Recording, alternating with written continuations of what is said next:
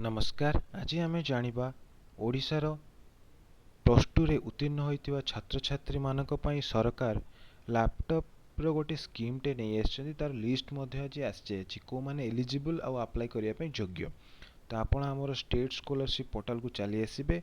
एठी सिंपली 1 जुलाई रे गोटे नोटिस आछि, आपण ताको क्लिक करिवे। क्लिक कला पर आपण देखि पारथुबे गोदावरी से विद्यार्थी प्रोत्साहन योजना से तार एलिजिबल लिस्ट पाई जिवे। तो ये आप देखिपे विभिन्न जिलार विभिन्न छात्र छात्री मानकर नाटी आसी अच्छी, जो मानकर ना पीडीएफ अच्छी से माने एलिजिबल अप्लाई जो मानकर नाही से अप्लाई करि परिबे नाही।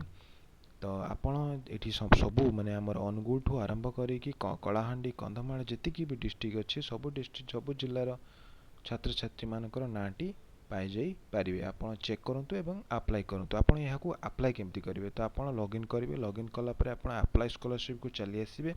चली आसला परे डिपार्टमेंट हायर एजुकेशन चूज करिवे। स्कीम रे गोदावरी से विद्यार्थी प्रोत्साहन को चूज करिवे एवं फोटो अपलोड कर सारा पर आपण सब कुछ डिटेल्स आधार नंबर नेम एड्रेस सब डिटेल्स देला परे सेव ऊपर क्लिक करिवे एवं आपण फॉर्म टी सबमिट हो जिवो। जो माने अप्लाई करछन्ते एवं अप्लाई होउनी आ लिस्ट ताकर ना अछि तो आपण मेल करंतु।